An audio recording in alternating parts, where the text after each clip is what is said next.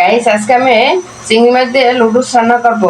গরম পানি দিয়ে দিলাম, পানিটা বল খেয়ে গেল। এখন আমি লুডুসটা সিদ্ধ করে নেব। আসসালামু আলাইকুম গাইস, আপনারা সবাই কেমন আছেন? লুডুসটা আমি নাড়াচাড়া করে নেব, 5 মিনিটের মতো সিদ্ধ করে নেব। লুডুসটা একটু নাড়াচাড়া করে নেব, নিচে যেন লেগে না যায়। আমার লুডুসটা সিদ্ধ হয়ে গেছে। এখন আমি একটা সেকনিতে ঢেলে নিব পানি ঝরানোর জন্য। আমার প্যান গরম হয়ে গেছে, এখন আমি তেল দিয়ে দিব। তারপরে এখানে আমি 2টা পেঁয়াজ আর 3টা মরিচ ফালি দিয়ে দেব।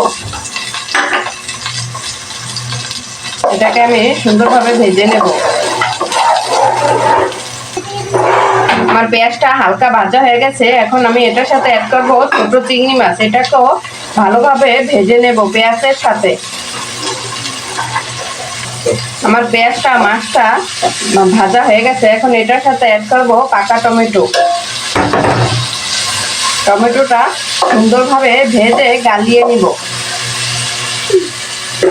আমার মশলাটা ভালোভাবে ভাজা হয়ে গেছে। এখন আমি এটার সাথে অ্যাড করব সিদ্ধ করে রাখা টমেটো। টমেটোটা লুডুসটা আমি টমেটোর সাথে ভালোভাবে মিশিয়ে নিব নাড়াচাড়া করে। এখন আমি এটার সাথে অ্যাড করে দেব লুডুসের মশলা। মশলা দিয়ে নাড়াচাড়া করে নেব। পুরো মশলা সব লুডুসের গায়ে নাড়াচাড়া করে মিশিয়ে নেব। আমার রান্নাটা কমপ্লিট হয়ে গেছে।